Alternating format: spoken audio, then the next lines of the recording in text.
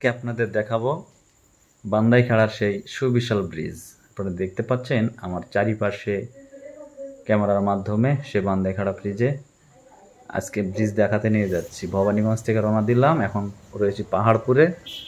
পাহাড়পুর যে বান্ধা গাছ, সে গাছের পূর্ব পাশ দিয়ে বড় ভ্যানের রাস্তার উপর দিয়ে ছুটে চলেছি। দেখতে পাচ্ছেন রাস্তার দুই পাশে সুবিশাল মাঠ, মাঠে ধান ছিল সেটি কাটা হয়েছে।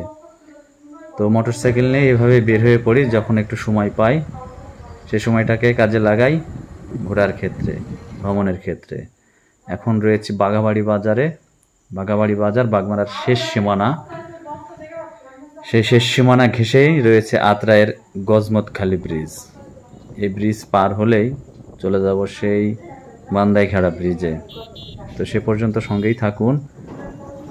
ব্রিজ পার হচ্ছি।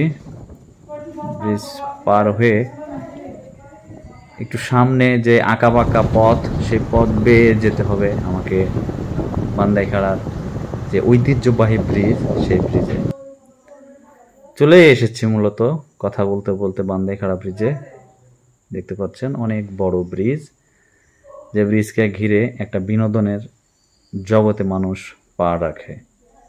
ব্রিজের নিচেই রয়েছে সুবিশাল নদী, সেই নদীর উপরেই নির্মিত অনেক বড় ব্রিজ।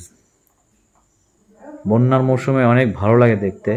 এখন যেহেতু বন্যা নেই তাই একটু শুকনো শুকনো, তারপরেও অনেক পানি রয়েছে নদীতে। আপনারা দেখতে পাচ্ছেন যে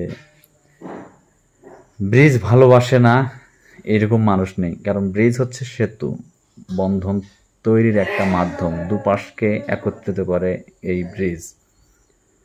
অনেক বড় ব্রিজ হলে সেইখানে অনেক ভালো লাগে। তবে ব্রিজের সৌন্দর্যকে নষ্ট করছে এই ভ্যানে। আড়াআড়িভাবে ভ্যান রেখে দখল করা হয়েছে ব্রিজের অর্ধেক। বান্দাইখাড়া ব্রিজের নিচেই যে দেখতে পাচ্ছেন বান্দাইখাড়া বাজার। তো ব্রিজের উপর থেকে দেখানোর কারণেই বাজারের যে পুরো সিনারি সেটি কিন্তু দেখানো হয়েছে। এর মধ্যে ব্রিজের নিচ দিয়ে রয়েছে আর একটি রাস্তা। রাস্তা বেয়ে এই পাশ থেকে ওই পাশেও যাওয়া যায় বাজারের। আবারও চলে এসেছি সেই গজমতখালী ব্রিজে। আসার পথের দৃশ্য এটি, নিচ থেকেও দেখানোর চেষ্টা করলাম। সে পর্যন্ত ভালো থাকবেন, সুস্থ থাকবেন, নিরাপদে থাকবেন, সময় পেলে ভ্রমণ করবেন। ধন্যবাদ।